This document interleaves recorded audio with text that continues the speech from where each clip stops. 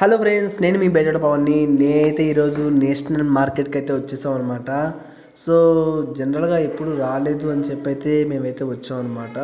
చూడ్డానికి అయితే వచ్చామన్నమాట.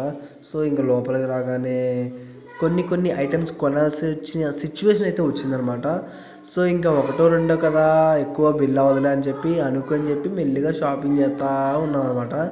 సో ఒకటి పోయి రెండు అయింది, రెండు పోయి మూడు అయింది, మూడు పోయి ఒక 10 దాకా అయినాయి అనమాట. సో ఏది పడితే అదైతే తీసుకుంటున్నారనమాట.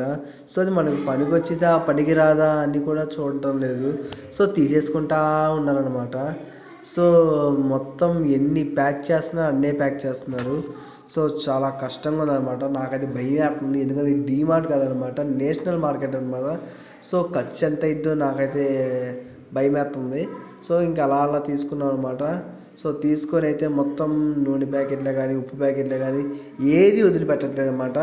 సో తీసుకొని అయితే మాత్రం మేమైతే ఇంకా మొత్తం లాంగ్గా తిరుగుతున్నాం అనమాట. ఫస్ట్ టైం కదా వచ్చాం అని చెప్పి మొత్తం తిరిగేస్తూ ఉన్నాం అనమాట. సో తిరుగుతూ వెళ్తూ ఉండగా ఇంకా అన్నీ తీసుకొని మేమైతే కౌంటర్ దగ్గరికి అయితే నడుచుకుంటూ వెళ్తాం అనమాట, ప్యాక్ చేద్దామని. సో బకెట్స్ ఉన్నాయి, అన్నీ ఉన్నాయని చెప్పి ఇంకా చూస్తూ ఉన్నాం. కౌంటర్ దగ్గరికి వెళ్ళేసరికి R15 బైక్ అయితే ఉందన్నమాట. సో ఆ మౌన్స్టర్ మనం 95 రూపీస్ పెట్టి తీసుకుంటే ఒక కూపెన్ ఇస్తారంట ఫస్ట్ లోపు. ఆ R15 అనేది దాంట్లో వస్తే ఆ గిఫ్ట్ అనేది మనకి ఇస్తారంట.